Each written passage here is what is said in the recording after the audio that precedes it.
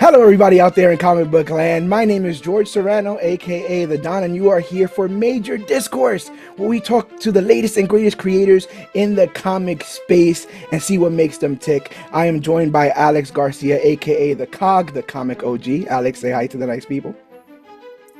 I'm also joined by Russell Hartman, the King of Hearts himself, making his debut on Major Discourse. Russell, say hi to the nice people. Hey guys, it's a pleasure to be here. And it's a special day, ladies and gentlemen, because in this corner, the founder of Fellspire, the confidant of the Quiet Man, the bleeding heart of Batman and Robin, the epitome of Eldritch energy, the famous friend of the Fractured Sun, the pride of Pella, Iowa himself, the incredible, the infernal, the incomparable Phillip Kennedy Johnson. Everyone, thank you so much for giving us your time. You guys are too kind, man. Thanks. Got like the big, like the alliterative intro and everything. You're not fucking around. That's great. No. Heavyweights here, heavyweights. We knew we had to get you on here for a variety of reasons, but right now your Infernal Hulk run is tearing up the charts. People are talking about it. You got to sign an exclusive contract with Marvel last year. I know you are on a roller coaster of a run right now. Before we get into all the Hulk stuff, I kind of wanted to talk about you leaving Batman and Robin. That issue just came out this week, Batman and Robin number 30. How do you feel closing that chapter in your life? I'm super proud of it, man. I mean, when I got onto the book, I had no idea how long it was going to run, how long I could do it. I try to assume that every story I write for character or property is going to be the last one, and I try to leave it all in the ring, you know. Yeah. And when they gave me the chance to write Batman and Robin, I knew exactly the story I wanted to tell. I kind of been working out this story, not even on purpose. This story just kind of slowly came together. Like I've got kind of strong feelings about Batman and his relationships with his, you know, his kids and his partners. Yeah. And yeah, I want a Batman story to be a detective story. I want Gotham to be like scary and creepy and to look a certain kind of way. I want people to stop like overlooking Damian or stop thinking that he's just like the shitty Robin or the mean one or the assassin or whatever. I wanted people to start taking him more seriously and see him as what I see as kind of a tragic figure, like really a kid that really wants to do well and just doesn't have the tools and has had a really rough go so far. And that just kind of all the pieces of the story that would become the Memento arc kind of came together. When they asked me to do a Batman and Robin story, I knew exactly what I wanted to do. So yeah, I mean, it's everything I just had to say about Batman and Robin, I said in the Memento arc. Yeah. And everything after that was just like a bonus, you know, like to be able to introduce a character like Quiet Man, kind of ask the question, what if a regular person went through an experience like Bruce Wayne did in the alley? Like what, you know, how different is Batman really from some of his villains? Like what would a normal person do in that case? How would they respond? And yeah, I don't know. And it gave me a little chance to bring back Scarface, who was one of my favorite characters from the animated series. Yeah.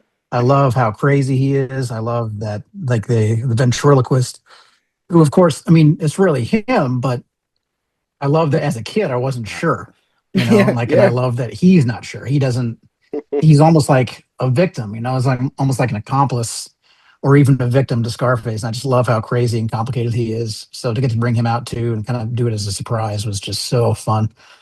So man, I've got no regrets. I've talked to DC and Marvel both in the past about exclusives, and I was always very hesitant to do it. Yeah. It's because I still had more to say on both sides of the aisle, and I still do. I mean, I'm not saying I'm done at DC. I'm not.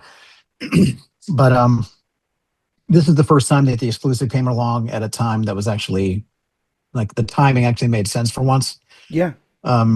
There were other times when the opportunity arose where I would have had to really screw the other side over to do it. Like I would have had to jump ship from Alien or Hulk right after the announcement or some at some really crucial time. Yeah. And I just wasn't willing to do that. I mean, comics should just be about just making cool shit with your friends. And if you have to screw people over for business decisions, I mean, life's too short to be that guy, you know?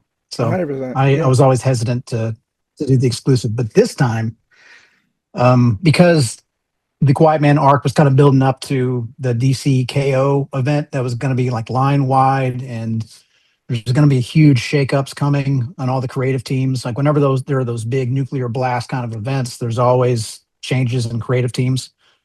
And I figured it was kind of 50-50 whether I was going to get to do more Batman and Robin after that anyway. Yeah. And Adventures of Superman, like most of that run, it's going to still be coming out almost all year, Right. but most of it's already written. So, I mean, the timing for a change was actually pretty good. So, as hard as it was to step away from Batman and Robin, or Batman at all, or Superman, Yeah. this is a time that actually made sense, like, especially when you see the projects I'm going to be doing at Marvel. Yeah. It'll make sense. I mean, I'm still going to be writing comics the same way that I do, and I've had these monumentally huge swings at DC, and now they're giving me equally big swings or bigger at Marvel going forward. So it just felt like the right time, and I hope readers understand it's not forever, and I still have more to say on my favorite characters at DC. Oh, 100%. And I could tell when you had made your video announcement about the exclusivity, you could see the excitement behind your eyes, but you can't say anything. You can't tell people, things that you have kind of in development and sort of these next big projects. You kind of have to hope that people, follow you wherever you go. And it seems like you have that sort of fan base. With Quiet Man and with Damien, I'm somebody who served 4 years in the military, did 2 tours overseas. I know that you have been in the military. And I see Damien's my favorite Robin. I'm just saying that unapologetically. Love the kid. And I guess as a former soldier, I saw in Robin the difficulty from transitioning, from having a very particular set of skills that you're very good at. And then how do you unwind that in a regular world where that may not be, the currency of the realm?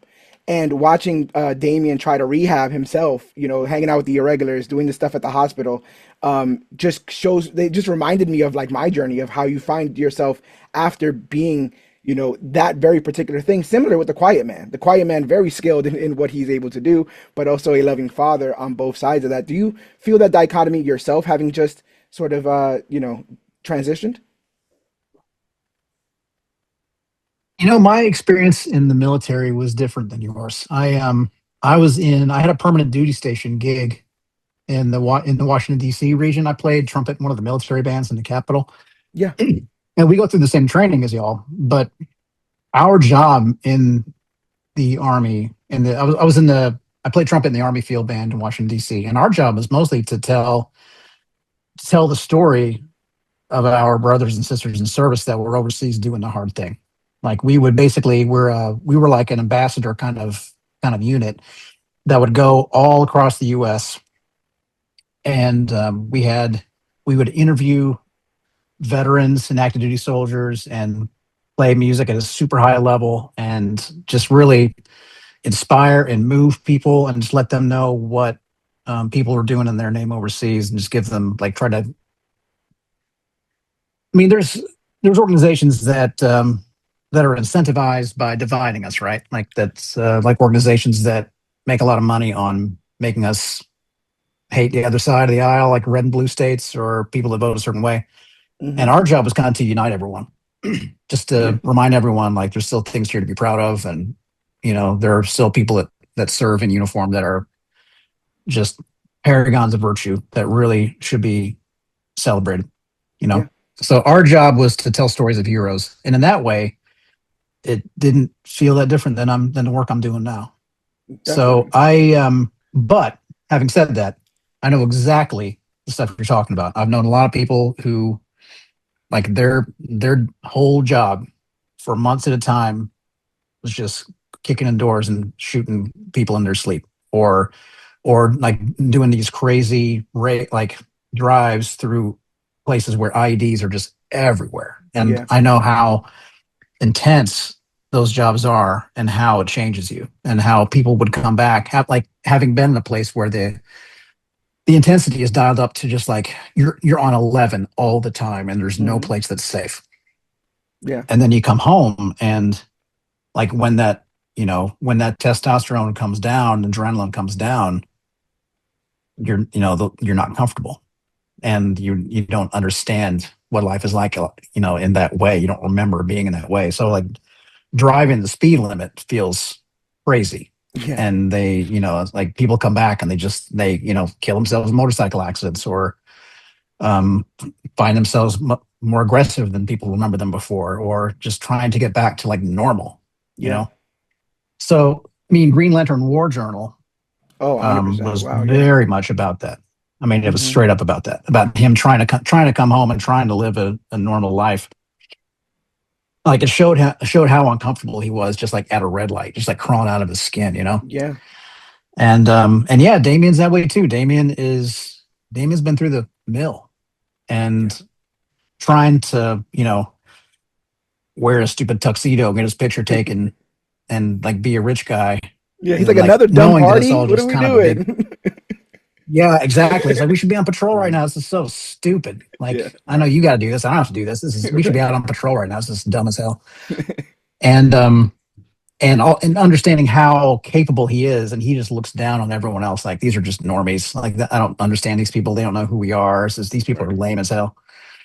And so then I really wanted to give him some humility in that beginning of that arc, where he kind of falls on his face and somebody gets hurt, like maybe dead, and there's these normal people can help and he can't, and it just kind of turns everything upside down for him. He's like, we train all day long for this, and I can speak 30 languages and different dialects, and we don't waste a single calorie or a muscle twitch. And I've beaten up Green Lanterns and like demigods, and and we still lose. Like, what are we even doing this for?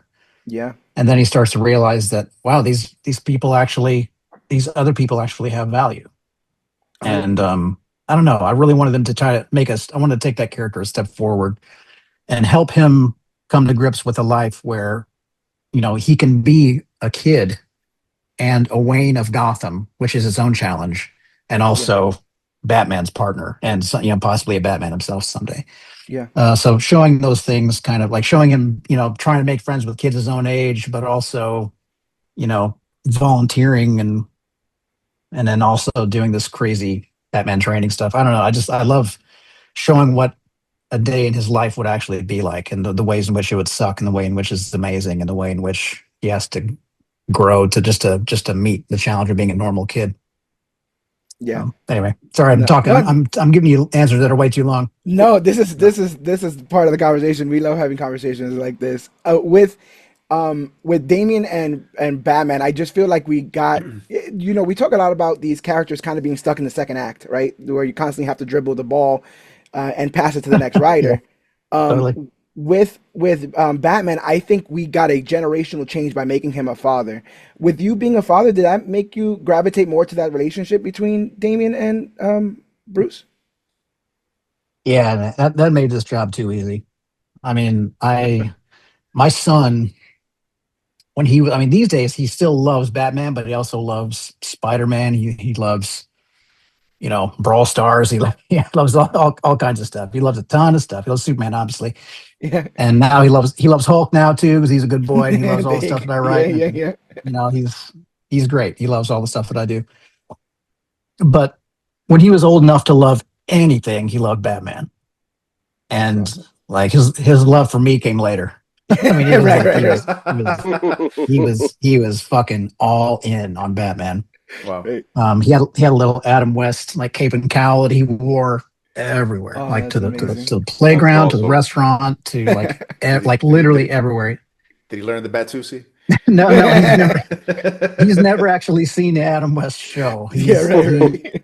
But that, like, if you know what you're looking for, it's the Adam West cape and cowl. He had a black one later, but damn, he ran so much in that thing. We would just play constantly, and I ended up getting myself like a Robin t-shirt, and we would always play together.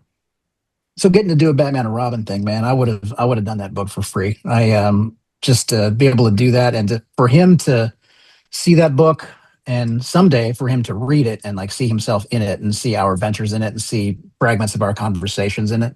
Yeah. Um, yeah, I really it just meant everything to me to get to do it, you know. That's That's cool. awesome. So I mean, yeah, it's and plus he's a very well-rounded kid. He's in like a theater program right now. He likes theater a Okay. lot. He makes his own comics. He plays music. He Whoa. plays trumpet and drums, and Oh wow, that's um, awesome. he makes little stop motion movies, and he's just super creative. Yeah. And I make sure that he's doing some kind of exercise. Like he and I will do on his list. There's like a dry erase board with all of our stuff on it. Like I have Yeah. my list too, Uh-huh. and his is next to mine. And there's like VWD is on there, like Violence with Daddy. We'll do jiu-jitsu training, or like I'll hold focus mitts for him in a box. Yeah. And so there's a very um there's a Batman and Robin kind of element to our daily life, Yeah. and I have to kind of keep on him, making sure that he's doing all this stuff so he keeps moving forward and all these things that he does. I Yeah. mean, he's doing it himself, but I'm trying to ingrain the list in his life because he does get forgetful. He'll get like so obsessed with one thing he won't do anything else, and Right. then like homework doesn't get done and stuff. So anyway, just like things like that, just trying to be true to what Batman or Robin's life would have to be. There are elements of that in our life, and I just like the idea that someday he'll read the book and see little elements of our life too, and remember certain things that happen, Yeah, like the 100%. the little paper boat and all that. Oh yeah. That's I was thinking of that. I'm stuff like, like could you stuff like that. imagine just like putting a little paper boat for your dad to see, and every time he sees it, he just knows you need a little bit of his time. Like what? Like my heart. Like Yeah, that was so heartfelt, and you can tell that that comes from a real place. You can't just manufacture it for the sake of story. That comes from somewhere real. yeah, it So does.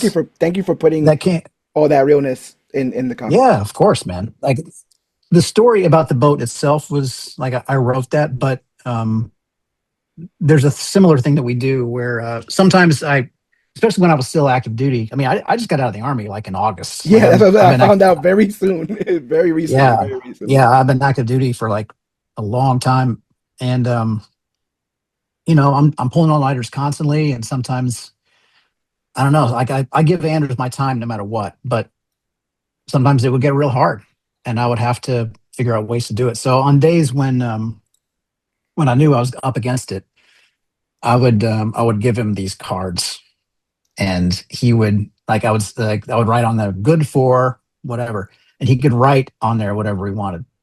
That's awesome. So he knows that no matter how busy I was, he could come in and play a card. Like he gets 3 cards a day, and even if I'm like completely gun to my head, he can come in and say good for a run, or good for a video game, like 20 minutes of a video game, or good for a Lego, like good for a Lego session, or Yeah, whatever. He would just come in and play a card, and whatever he wants to do with me, I'll drop whatever the fuck I'm doing, and we'll go do that thing. Nice. And it just helps him. It helped him understand that he's still the most important thing, and it gave him some autonomy over our relationship. Like I don't want the door to ever be like truly locked, you know. yeah, 100%. So that's kind of what that boat represents. Like he can just come in and drop a boat, and we can just go like whenever he wants me to. Uh, that's amazing. I feel like I'm hogging up some time, Alex. If you want to get on, you want to ask some questions? Well, first, I just want to say, thank you for this, and I'm just going to quickly go over. I got to meet you. I don't expect you to remember this one time at MegaCon a couple years ago, in the midst of your Superman run, and Oh, cool, man. I just remember how kind you were, and that always stuck out about you for me. So Oh, I well, thanks, man. appreciate I'm that. glad. Yeah, yeah, because it was really cool. You weren't even behind the table. You were in front of the table. A lot of people don't do that. A lot of people stay behind that table's like the barrier. Sure. And you were Yeah, of like in front course. of the table. Me and my cousin came over, and I just all I wanted to tell you was how much I was enjoying a Superman run, because it was the first Superman run I'd read since the Dan Jurgens stuff back in. Oh, dude, Yeah, man, I that's super kind. That's kind of you to say, man. I really yeah. appreciate you picking up the book. Yeah, Oh yeah, and then you were just like, oh, you were so happy, and wanted to give me a free book, and I said, I already own all of these. Give it to a random person or something. Just pay it forward, you know. But it was really cool, and Actually, I think I remember that. I remember I remember trying to give you something, and you said give it to somebody else, and I did that. There was one I yeah, set one aside, and later on, a kid came by, and I did give him a book. That's yeah, awesome. yeah, awesome, perfect, So perfect. Yeah, yeah, because I'm glad you said that. I do remember that now. yeah, but your Superman run is really because I believe it's still technically going, and Yeah, it is. you know it's kind of crazy to think how long it's been going. Like the fact that I know the second omnibus is about to come out, and I'm sitting there going, "Wow, you've written this many issues of Superman. You must be up there with like Dan Jurgens is writing as many issues."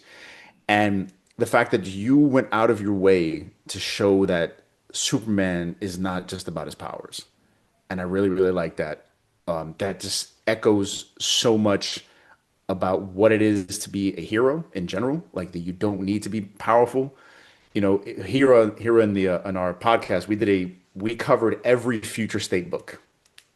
That was very painful because It was a most That's lot a of of it, lot. books. It Yeah. was a lot of yeah, books. and not just that, but most of it, I hate to say it like this, most of it I found was very not good. Your stuff was amazing. Oh man, thanks. The idea that Clark is just willing to give up his powers and go through this Groundhog Day gladiatorial life to basically be a symbol of hope to a world that doesn't want him or doesn't know they need him, and yet that's what he's there for. This is one of the stories whenever people want to say how Superman's lame or Superman's boring, I go, you've never read this run. So thank you for that. And if you want to just kind of elaborate how you came up with this idea for this character and how I'm so shocked that DC let you even tell it. Yeah, they gave me a lot of runway for this, man. I got to say, I mean, my hats off to DC for giving me the runway for that story and just the trust, because I'd not done anything big like that ever. Like I had done The Last God, Chapter 1 of the Fellspire Chronicles, and Hmm. they on the strength of that book, they were like, "You want to do Superman in action?" And which was like a crazy call. Like I Mhm. wasn't even thinking about Superman. I mean, I love him, but I didn't expect them to know that. So just the faith was just really, really humbling. By the way, I'm just looking at everyone's name here. Is your name legit Alexandario No, Gravitas? I wish it was. I wish it was. I really do. My real name is Alex Garcia. Yeah. Okay. I used to be in law enforcement, Uh-huh. and so I came up with this pseudo name so criminals Can't look them up. couldn't find me, Yeah, there and you it go. Well, just it's just kind of stuck. It's just kind of stuck, and in some places won't even let me change it. Yeah. dude, why would you don't Yeah. change it? It's like You it's might No, have to change perfect. your actual I yeah, I mean, name. Alex appreciate it. Garcia is still Alex Garcia is still a great name, but that's like if you're gonna make your own, that one's dope as fuck. So keep it. Yeah, yeah. I appreciate it. I appreciate Alex, it. you can't Uh, change it now, Alex. That's it. It's That's done. it. It's It's over yeah, sealed. with. yeah, That's Phillip it. Kennedy Johnson said I can't change my name, guys. yeah. Like body of Christ. All right. Hilarious. Um, let's see. So Superman. Let's see. Man, I just my I just hear Superman's voice so clearly, like my version, like every other writer, I'm sure that thinks about Superman at all. I knew I had such a clear voice for Superman, and when I see him on the page and like the way that I hear him, it's just the best. And whenever it's wrong, I just my in my mind, it's just like, okay, this is fan fiction now, and this is not how he actually is. Right. So to get to actually put him on the page was such a huge honor. Um, as far as the Warworld saga, that was a setup that was going to give us an opportunity to make John the Superman of Earth for a while, because that's what we were kind of building up to. Like Mhm. the Tom Taylor run was already kind of, the pieces were in place for Tom to do his John Kent epic, and Brian Bendis had done his story, Mhm. and he had done such a good job of humanizing him and his cast and everything on Earth. I just felt like it was time for like a larger than life, like proper sci-fi Spartacus in space kind of epic. Yeah. And so I really wanted to answer the trolls who are like, man, he's so boring, he's too powerful, writing him is hard, he's a big Boy Scout, who cares, blah blah blah, or he's only cool because of his powers. I was like, all right, watch this, and we're gonna put him in a place where we can see him in like this John Carter Warlord of Mars kind of situation, which meant that we had to take away his powers because otherwise it didn't make any sense. Like, why is he a gladiator getting his face, kicked in the mud if he can, bend planets? Yeah. So that kind of set up everything. Plus, I've also kind of had weird feelings about Warworld for a long time because it seems kind of one dimensional. Mongol seems kind of one dimensional, even in these Oh, amazing stories. Like I mean, For the Man Who Has Everything is one of the iconic Superman stories, but Mongol himself is just a one-dimensional mustache twirling douchebag. Yeah. right. No, Yeah. yeah. And The backstory you give of Mongol, and I like the fact that you gave him a great origin, but you didn't make him sympathetic, Yeah. which to me yeah, is yeah, another thing that's constantly being told nowadays, where it's like, oh, you got to feel bad for this villain, and I'm constantly the one saying, no, no, no. Some people are just evil, man. They're born evil. They're raised. That's just who they are. So I like yeah. that you dived into his backstory and still made him evil. And the map that you designed on the omnibus, beautiful, beautiful. Thanks, man. Yeah, That map meant a lot to me. Like the fact that we got to take all these, because I had that in the back of my mind anyway, and there was never like an organic place to put it. So then when we were doing the omnibus, I was like, that map's got to be in there because I want to like all this things like the moon spire, the fallen moon spire. I wanted to talk about those. I want to talk about the lake that we hardly ever get to see. I want to talk about the different engine cities. So getting to do that was just the best. I'm glad we got to do some of that. Um, as far as like the bones of what that story was, part of it was just fleshing out the environment. I want to make war. I didn't want it to be just a like a Death Star ripoff because Yeah. sometimes it's usually just like a big ball, right. and that's all we really see. But I mean, we also have established we've seen these little hints that there are slaves there. Hmm. Just legions and legions of slaves from all kinds of different planets. Imagine how interesting that culture would be. I mean, you go to New Orleans and get into the history of that place, and it's crazy. And that's just one city, like a swamp. Like imagine a whole planet like that of people from who don't look remotely the same, who don't speak the same language, who don't have the same number of limbs or eyes. Just how crazy would that place look? So to be able to kind of flesh out that history was just a dream come true. But also, as far as the themes of the story, it was very much about kind of my experiences doing anti-human trafficking volunteer work in Baltimore, Oh, wow. and just how impossible it was.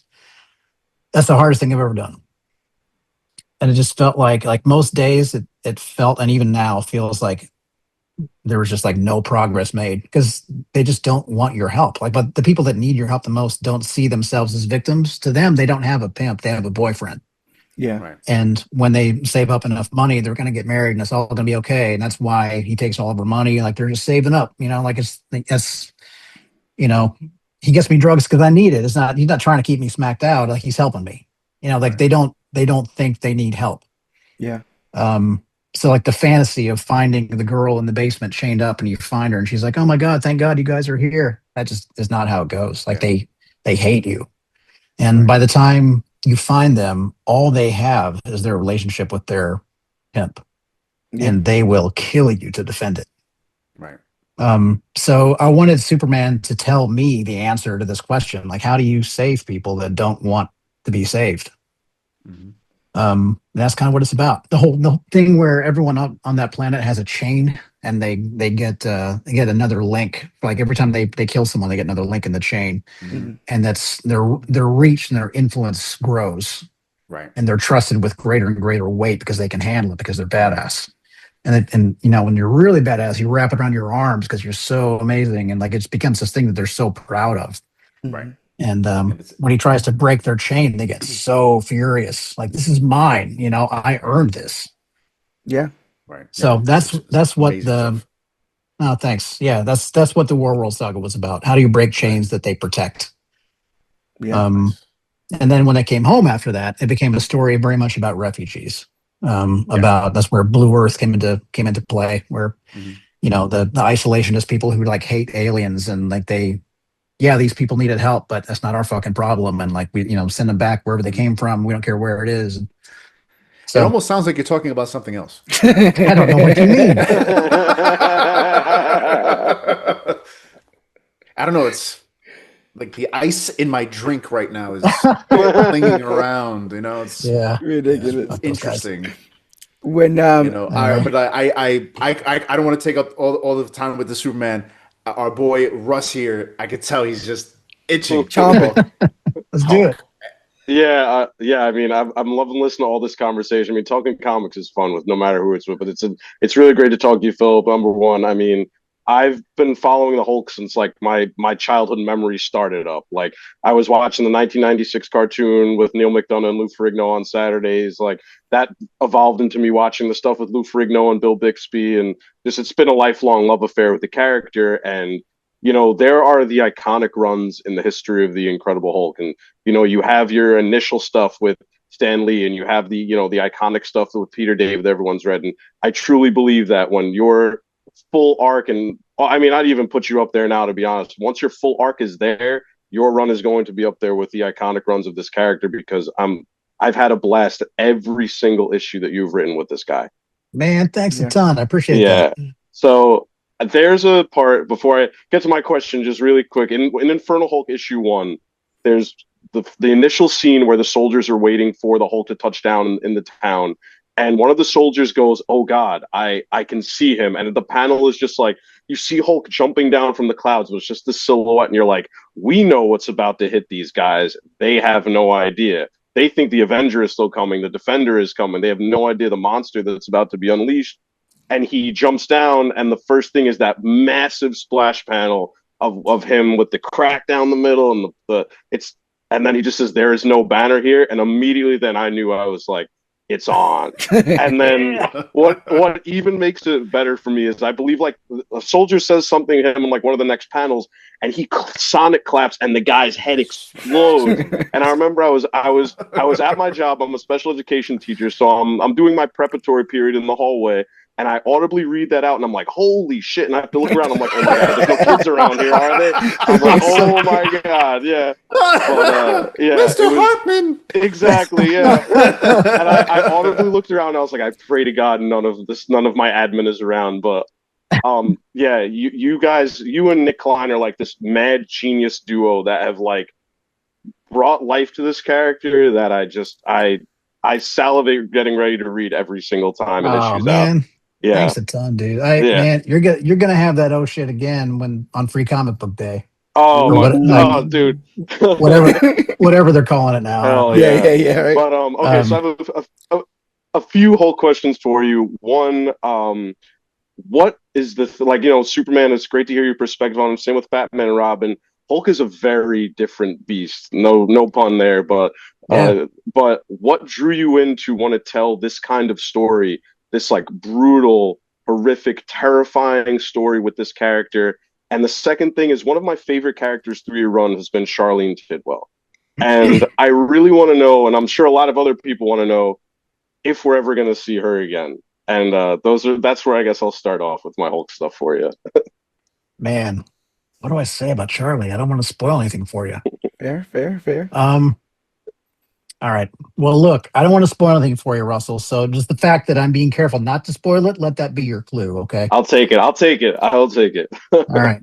Awesome. So I don't want to spoil it, because I love that character. I mean, she's just me, okay? Like on that first issue, that's like she's the POV character. She's the character that I wanted everyone to experience Hulk through. I wanted to bring in a character from the jump that has a very different experience with and perspective on Hulk and Banner. Like, she has a different opinions about Banner than she does about Hulk, and it kind of gives us this hate triangle, like all these complicated relationships, Mm-hmm. Yeah.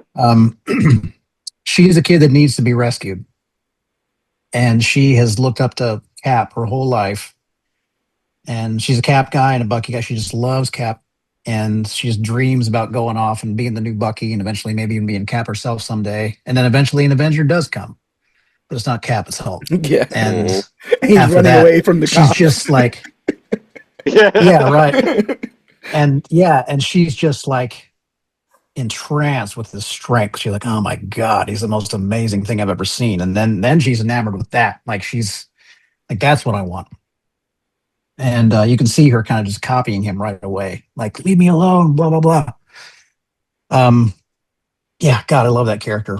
And I love that she became a monster herself and that now Yeah. she's struggling with it the way that Banner knew that she would. And yeah, I should shut up before I spoil stuff. I love Charlie. The end. I will say with her too, Um, it was really cool to see her and Werewolf by Night interact when you guys had yeah.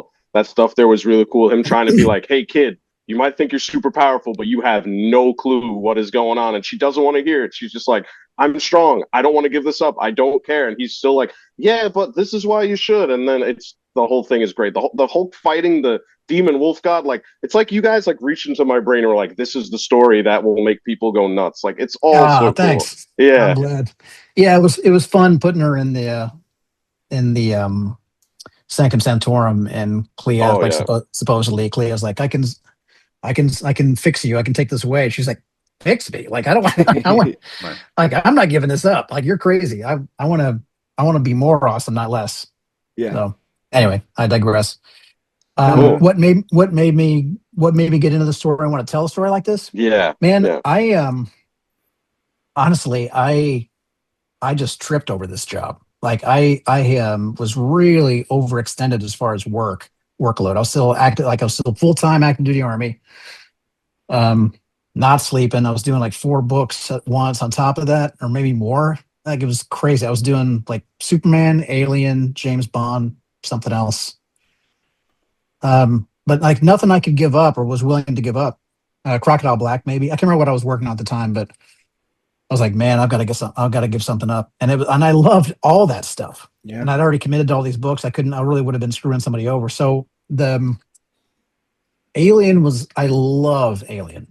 Okay. I love those films. I know the books and the comics, and I just love Alien.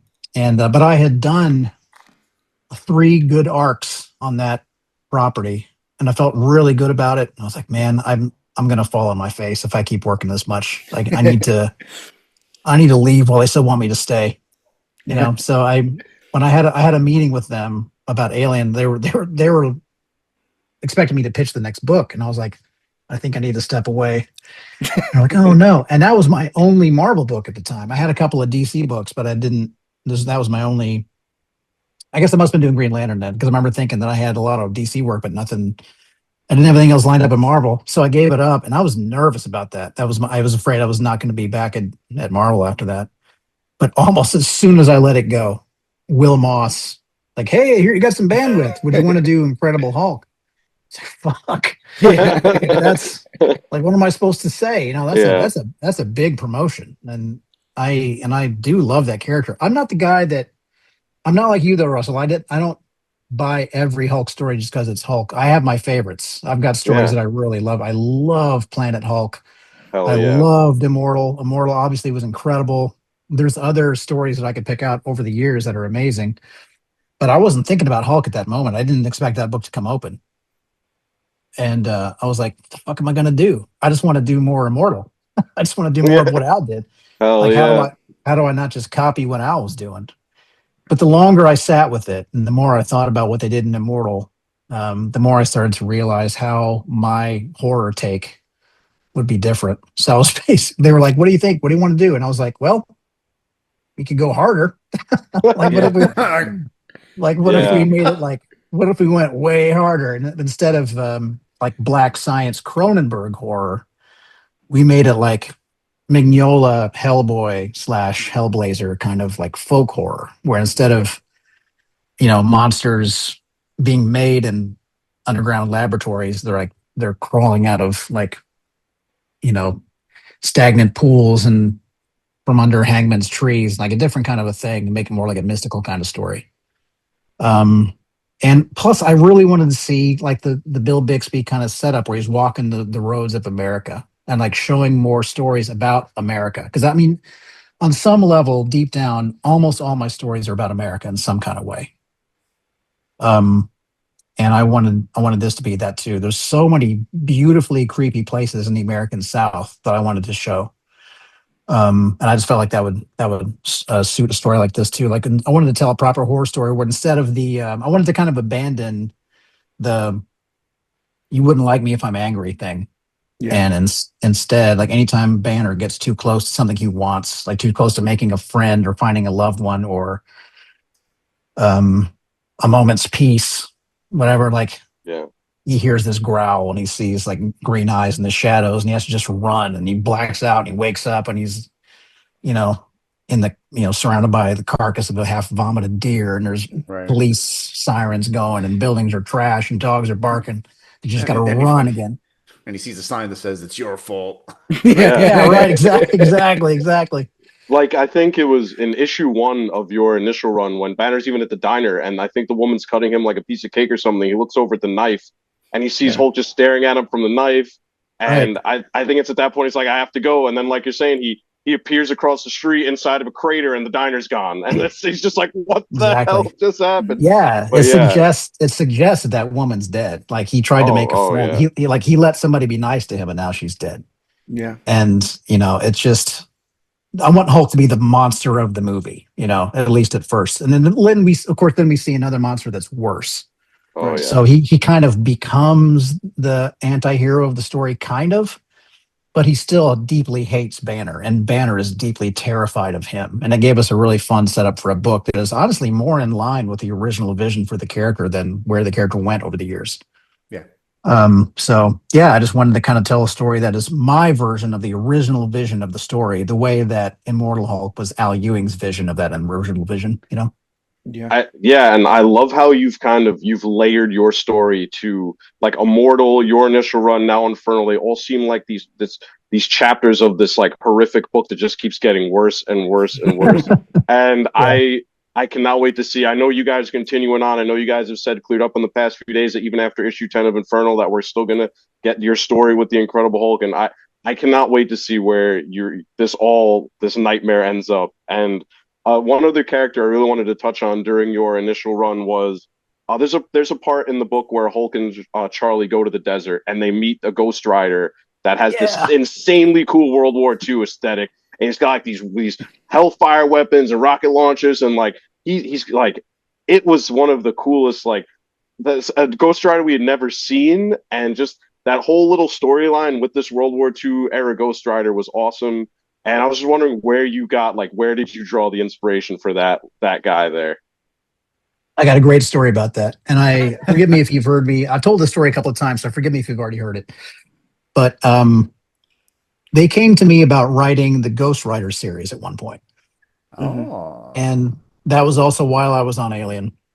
And I was like, man, I can't possibly take on another book. I'd have to let go of something. And I don't know what I would give up. But I've also got this Nazi hang up, as you guys probably noticed. Yeah. And those guys? I was like, well, wait. If you let me tell okay, what if there was a story like The Crow, but in World War II, and this guy is murdered by this squad of like supernatural Nazis, and then we see him kind of team up with other World War II adjacent Marvel characters, and he ends up rising from the grave to avenge his own death. Yeah, and we get this World War II era Ghost Rider killing Nazis. I'll do that. Yeah. And they were like, hold please. We'll call you back. Let's check with the editors. So they came back and they were like, CB really wants it to be Johnny Blaze. And I was like, I'm busy. I can't do it. Right. So I let it go, and then someone else did the book, and it was great. But I kept thinking about it. I was like, damn, that actually would be a really dope story.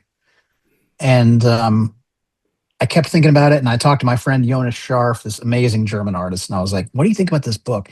And he ended up doing some character designs for me. Give me Peggy Carter, Logan, Sergeant Fury, Two Eyes, like a teenage psycho Bucky. Hell Hunters. Exactly. Hell Hunters. Yeah. Yes. I remember seeing the Bucky, and I was like, oh my god. Yeah, and this Ghost Rider on this old like Steve McQueen World War II era bike. Yeah. and he did the stuff, and I pitched that book live on a panel sitting next to CD Cebulski. Like we were on a like Nice. somebody asked a question like, is there a team book any of you guys would want to do? And I was like, I've got a fucking team book. And I just basically pitched the idea for Hellhunters Nice. live on the panel, and the audience was like they were so into it. And CB's like, approved. I was like, all right, I'll hold you to it.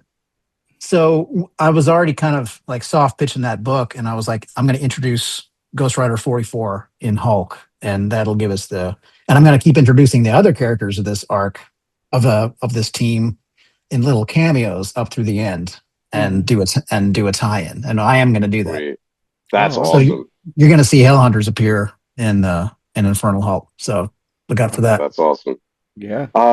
Okay, I guess before I give it back to Alex and George, I just got one more for you. I'm sorry. Do it, dude. Yeah, this is awesome. So last issue of Infernal was all about what's going on with Bruce and Betty, how they're trying to adapt to life without both of their gamma alters. Super emotional issue. Loved reviewing it for the site. And Thanks, man. I know next issue, based on the tagline for the continuation of this one, we're going to kind of see what's going on with the Hulk now, what's going on in the Hulkscape. Can you just give us a little preview where this is going? What might we see in the Hulkscape? Yeah. Okay. So, well, first of all, that story that you saw in issue 3 with Bruce and Betty, that story's not done. Oh, okay. So there's going to be more of that. Like Sweet. Bruce thinks that he can hide his head in the sand.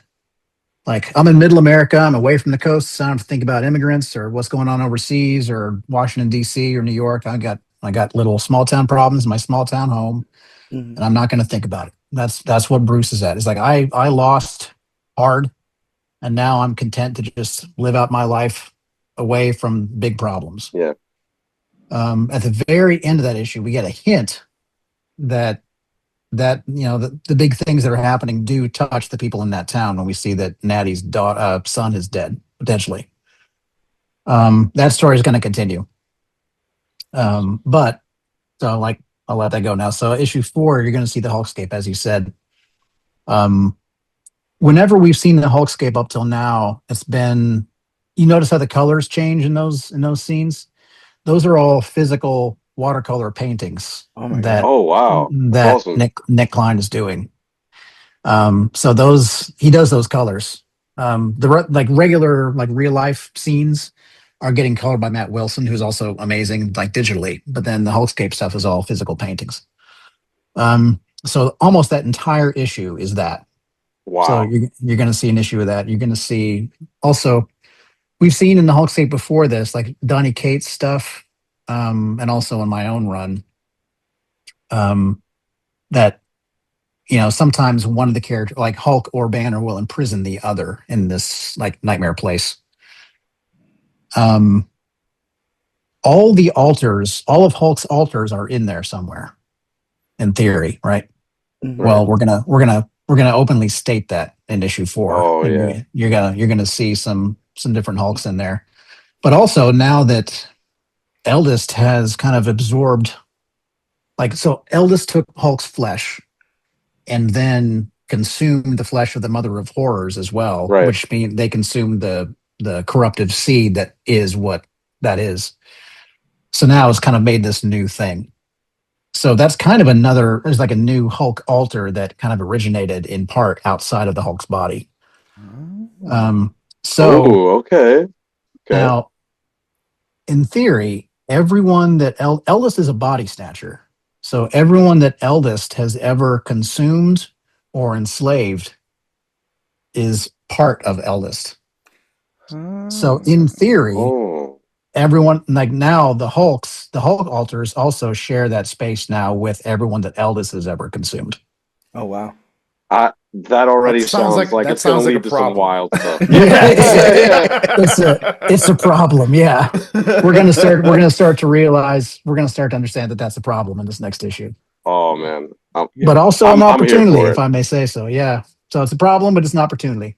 Yeah, opportunity for us fans to just be like, "Woo, that's fucking cool." I mean, it's a whole issue, but it's also just kind of like a tease for what's coming, for what's possible.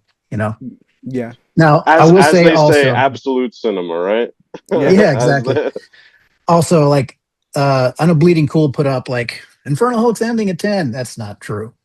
Like, so I'm trying. What can I say exactly?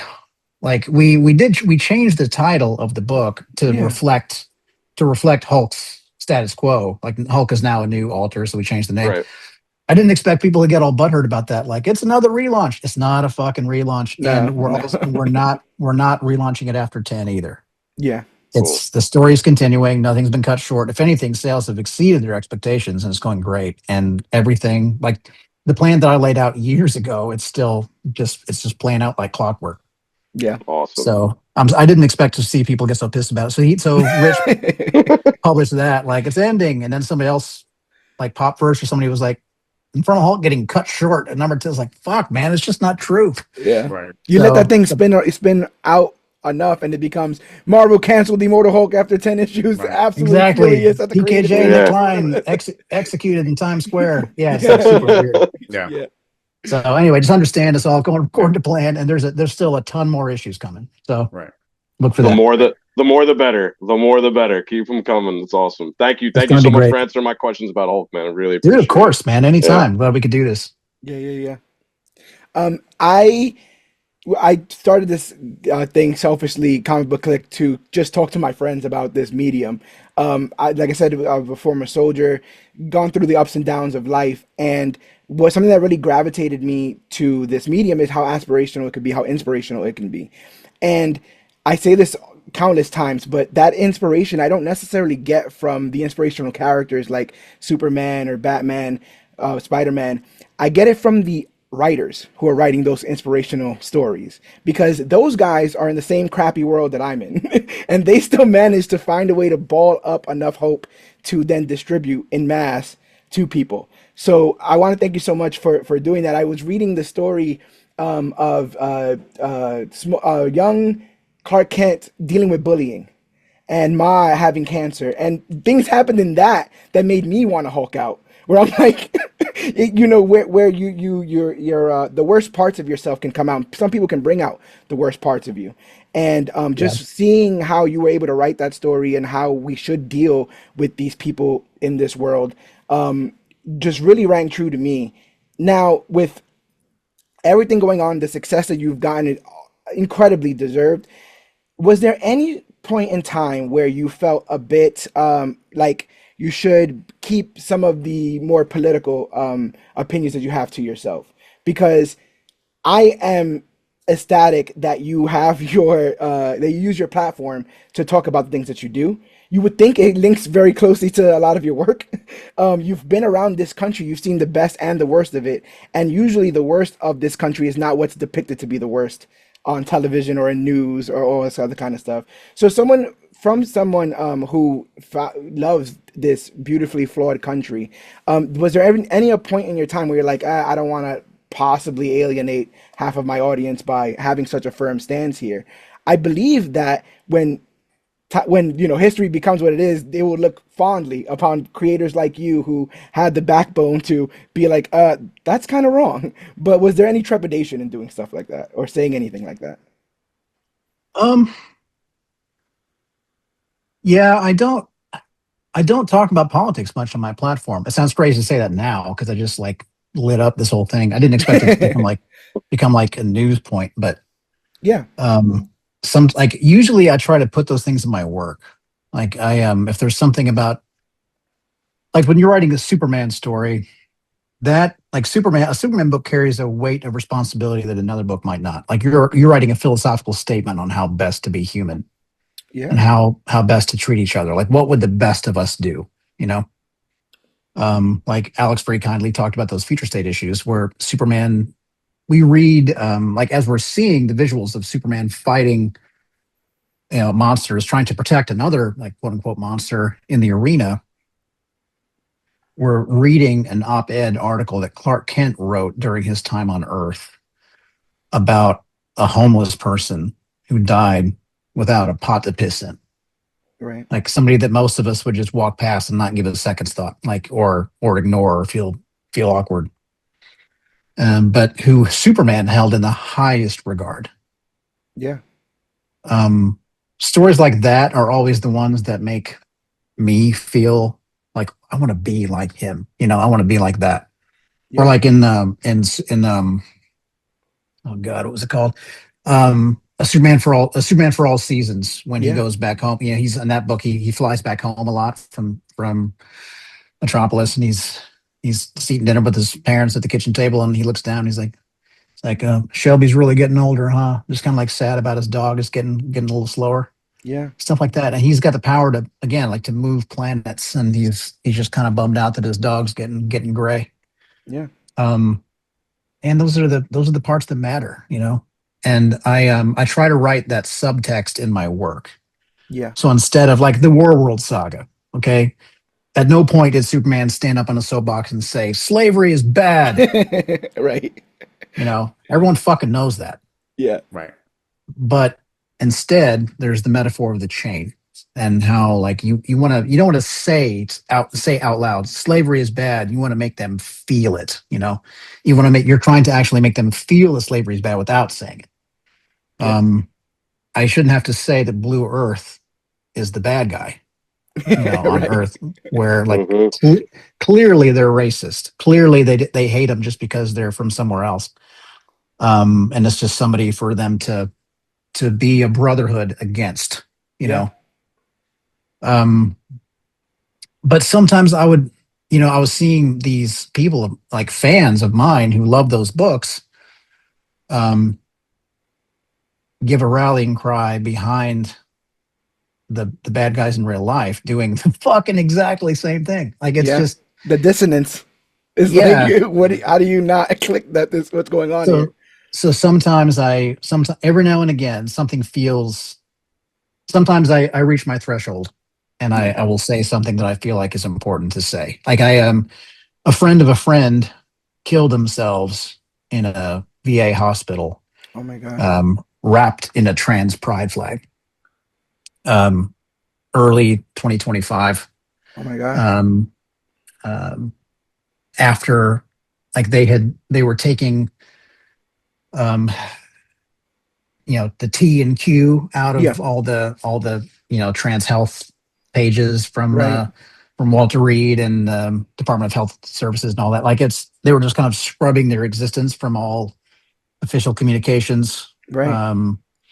And like funding was going away, trans people were getting kicked out of the military, and suicides were happening. And I just kind of hit my wall, and people were like good with it, Yeah. Yeah. including Superman fans. And I just kind of hit my wall, and I was like, if you consider yourself a Superman fan and you're okay with this, I would just ask you to read those stories more closely. Yeah. Like Superman's the champion of the oppressed. What do you think Yeah. that means? Like, what are we? If this is just about punching fucking robots, like I guess we could do that, but aren't we better? Yeah. You know? Yeah. And when Alex Preddy was murdered, Hmm. I got angry, and Yeah. I said something. It also felt very timely. I do, again. I try to put stuff in my work, but it felt like writing something into a book that comes out in 4 months. Right. Yeah. Yeah. Just felt, yeah, I just felt cowardly not to say something, because I do have I don't have the platform of like a legit famous person, but I have like more than the average person maybe, and I wanted to say something, so I did. I did, Yeah. but it's not something I do very often, because I don't want it to become like noise, like where it's like hey, I'm liberal, look all the shit I think and say, and Yeah. that's not why people follow me. People follow me because of the stories. The stories are what matter. Like nobody follows me; they follow Superman and Hulk and Green Lantern and whatever. Those are the people that are like, they're not real, but they are better than real. Like they will be around after we're gone, Yeah. 100%. and that's why they follow me. And I try to remember that. But every now and again, something happens that just matters enough that there's just no choice but to say something, because if you don't, you just have to. You Yeah. know. It feels like a real great power, kind of great responsibility moment there as a creator. And I just want to end with like across all your work, like from Last God to Hulk to Superman, there's a sense that heroes eventually become legends, like this folklore, and legends become distorted over time. Are you interested in that moment when a person stops being like an actual person and becomes part of a overall story? And with that being said, what do you want the legend of Philip Kennedy Johnson to look like when all said and done? Um, well, like of me as a as a person. person? Yeah, just here on this earth. Um, I don't know. I guess I don't see myself that way. I'm one person that gets to contribute to the tapestry of culture that comic books are. I mean, Yeah. um, yeah, man, I don't know. What a question. I'm not. There's no legend. There's no legend here. I'm just a storyteller, and I just like to. I just want to make things. God, yeah, I don't know how to answer that.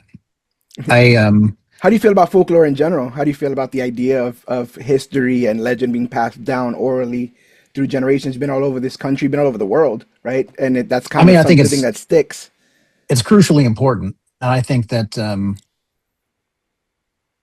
yeah, I mean, the stories that we're telling at DC and Marvel Comics, and also just the art form in general, like what I mean, comics, but also film and TV and games, and I mean, this is how stories were passed down back in the day. Like the story, like the epic of Marvel Comics and of DC Comics feels very much to me the way that the stories of the Norse gods were passed down. The Norse gods were deeply flawed, and like some of the stories that they were in, like were super badass, but also some of them were also pretty funny, Yeah, and some of them openly contradict the way that retcons happen, and the way that I think there's a possibility that some of the you'll notice that Freya and Frigg and Frey, like a lot of the names are awfully similar, and yeah, I think it's plausible that some of those, like at one point they were all just one character and somebody just kind of fucked up, and then like Freya became a male for one story and became this other character. It's all just like kind of dirty and loose, and just they were just kind of fucking around, and it was the way that they made sense of the world around them, very much the way that we are now.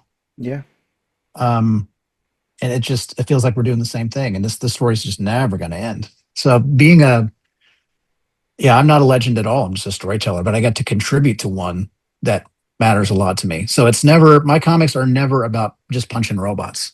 Like you will never get a story from me about like just that reads like a kid smashing toys together in the bathtub. It's there's always something there that matters. I will never ever ever phone this job in because I know that these stories are going to outlive me, and I want them to matter. I want my son to read it and see how much I love him in it. I want people to see that, like, how I feel about America, the things in which I am proud, the ways in which we can do better, the ways in which I spoke up, the ways in which I punched a bunch of fucking Nazis, yeah, yeah. Always, Hell yeah, yeah. and see the black eyes in my social media feed. yeah, yeah, yeah. Like, oh, PKJ should have kept his right hand up. Um, yeah. There's a legend here. I'm just a storyteller, but it's an honor to be a part of it, and I take it very seriously. Like people sometimes regard comics and games and TV and animation as like quote unquote low culture, Mhm. and people said the same shit about Shakespeare. Yeah, Like I love that. I love knowing that Shakespeare was writing these plays that he could have totally phoned in. And people were just like people would pay a penny to stand on the grass and watch and get drunk and yell at the stage and throw shit. yeah, And it was all just a bunch of barbarians just spending their day watching guys dress up and tell silly stories. But if you read the language that he wrote for those stories, God, there's just layer upon layer in it. It's just so unbelievably good. And it could have been a tenth as good, and the drunk guys would have loved it just as much. yeah, yeah, And I'm sure there were a bunch of other people just like Shakespeare that did phone it in, and none of us will ever know their names, you know. So I try to remember that. I try to remember how great Shakespeare is, and how great I try to make these stories. Just know that you will never get a story from me that's phoned in because I know that it matters. So anyway, there you go. kind of sounds like something a legend would say, but I'll leave I'll leave that. Fuck out of here. I'm no Alexandario Gravitas. Hey, hey, we can't all be. We can't all be. But um, go ahead, brother. I just no. So speaking of stories that are being told that maybe you can't tell too much, but I'm gonna still try to get it out of you. Do it. The Dungeons of Doom right now. Yeah. Issue number two is dropping this week. I love the fact that it seems like you and Benjamin Percy and Chip Zdarsky are like the architects right now of the Marvel universe. That's so freaking cool. Oh, thanks, Ish, man. yeah, issue number one. I was a fan of One World Under Doom, and I did not see this series coming. And then once I seen you and Benjamin teaming up on this book to basically unearth all these crazy things that are happening in these dungeons, because everybody's like, "Ooh, let's take some of this Doom tech and let's see what's going on with it."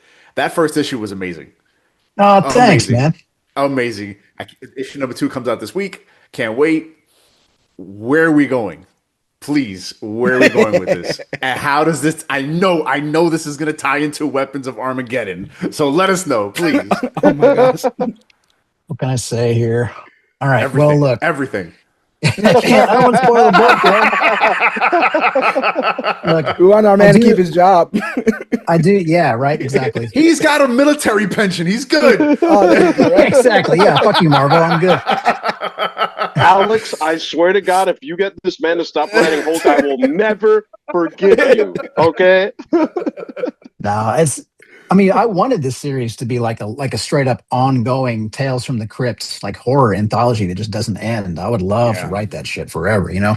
Yeah. But we kind of went back and forth on the I just kind of lost the fight, and they were like, oh, let's do a 3-issue thing. So it's only 3 issues. But I mean, if people like love it, I still want to do that. I would still love to do way more Dungeons of Doom.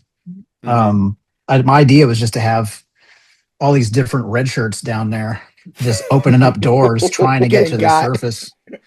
Yeah, just trying to get to the surface, or trying to find the other people that they're trying to kill, or like that one thing they're looking for, or whatever. And I would love to see that go on and on and on. But Because I mean, for there's a hint of one of the stories behind you. this guy, yeah, exactly. Yeah. Look at Pretty that. badass, right? I love that thing. Mhm.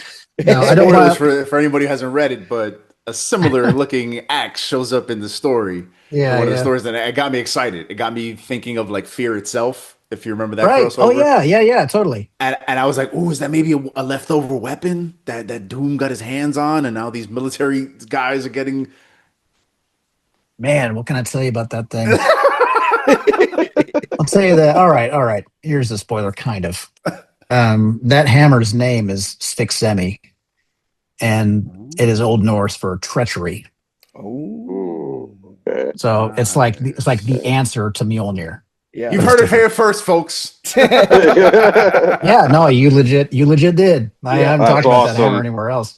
Oh my No. God. Oh, that's awesome. Like the Whisper Man is also pretty cool. I'm excited about that. I mean, yeah, I'll find places for this, and we will see. We'll see a character at the very end of issue 3, like in a little episode that does tie into my other stuff. Yes. Well, I So- mean, because I know you're gonna keep writing Hulk. It seems like you're doing this stuff, and I know Marvel's giving you something else. Can we get a clue? Can we get a clue as to what we got? I what really, we got? I really can't. I mean, well, okay, I'll say this. Before, like when I got the gig, see, when people are cool on podcasts, I talk too much. I get too generous with spoilers. But when they gave me the deal, one of the stipulations that I had is that I want this book, and they were like, sold. So Okay. I have started on another book, but that book got pushed back in lieu of a bigger project that Okay. actually fans are going to be more excited about, I think, than the one I was working on. The one I was working on is like a passion project. Mhm. But this other one has become a passion project for me, and it's a bigger deal. So Oh, man. I'll tell you that much. Yeah. One So door you'll probably closes, another one opens. You'll yeah. probably, yeah, exactly. You'll find out what my book is by the summer. Cool. I know it's kind of a long time. It's going to look like, what the fuck is he doing that's new? We haven't heard anything. It's already very much underway, but we're just trying to get like a head start before issues start coming out. So they'll announce it by summer, I'm sure. So Awesome stuff. stay tuned. It's going to be dope as hell. yeah. Oh, and I can't wait. We got the I cannot summer of wait. PKJ coming up. Thank you Yeah. so much for giving us our Dude, of time course. here. This was an absolute blast. You just are just brimming with genuine nature. There's Oh. you're a delight to talk to, and there's no like the connection between your stuff and your work and is just right there. I feel that the heart that you're speaking to us with is the same heart that you write with, and that's why you're getting all the success that you are. We're doing a draft war right now, and you were chosen by Marvel. They're like, we need to get that guy. You understand? Like we're drawing lines in the sand. We need to get that guy, and it's because you're Yep. doing tremendous work that, like you said, will live on past all of us here. And again, just thank you so much for never phoning it in because we don't readers don't want anything phoned in, and we that stuff is palpable. Like I For said, sure. someone could read this run 10 years later, and they'll still know how you felt, what you thought, and what you believed. And none of that would be possible if you weren't as vulnerable as you were. So Mhm. thank you so much Thanks. for that. Thank you so much for giving us your time. I don't know if there's Of anything else you'd course, like to man. say before we put a button on this, but just thank you and from No, us. it was just a pleasure to talk to y'all about all this stuff. Thanks for the support on the yeah, I don't talk about politics much, but you know, now and again. And like when sometimes it's feel like there's no choice, you know. So thank you guys for being supportive when that did happen. And Yeah, I will try I'm not going to keep anyone inundated in that stuff. I know it's all about the stories, but thanks yeah, for your support when it went down. And it was great to meet all of you. And Alex, great seeing you again. yeah. Are you doing the And thanks MegaCon this again. year? I'm not, sadly, I Not can't. It's the fair. same. It's either I'm doing something else the same weekend, but I am doing C2E2. I've done Okay. MegaCon a bunch. I've never done C2E2, and I will be there. Okay. Cool. And I'm doing, let's see, AwesomeCon in DC again because that's up by me. I'm doing the hell am I doing? I'm going to be New, doing New York Heroes Comic Con. Con. Yep, New York, San Diego. All right. I'm actually doing San Diego Comic Con Malaga, this show in Spain, Oh wow. Oh, which I've cool. never done. Yeah, so Wow. I'm gonna You hit speak that one. Spanish? Yeah, I mean I'm working on it. Yeah, I've got there Well, you to. go. if you need, no, well, no, because I'm saying if you need a translator, you can bring Yeah, me. I'm yeah. fine with that. So, hey, Just saying, I'm willing to make that sacrifice. Just some I appreciate that, airfare, a brother. per I mean, diem, with a name like Gravitas, I'd be a fool not to. yeah, amazing. Mira, Absolutely mira, yo amazing. puedo ayudar a todo sitio, ¿ok? Look at that. Oh Look at man, that. Alexandario Gravitas. That name Perfect. just opens doors. It just opens doors. That's it. hablo un poco. I'm working on it. I'm There you go. level 20 on Duolingo. I'm getting there. Gotcha. Well, you I do want to folks, say go ahead, brother. two last things real quick because it really touched me that you went out of your way to do this on your page. A store that you're Oh, affiliated with. I forget the name of that comic shop. I Oh know it was yeah, like recently robbed, right? yeah. Comic Logic. Yeah, Comic Logic. Where are they? they are in Virginia, just west of DC. Sorry, I'm going to look Okay. up the exact name. Ashburn, I think. Ashburn, Virginia. Okay. okay. Okay.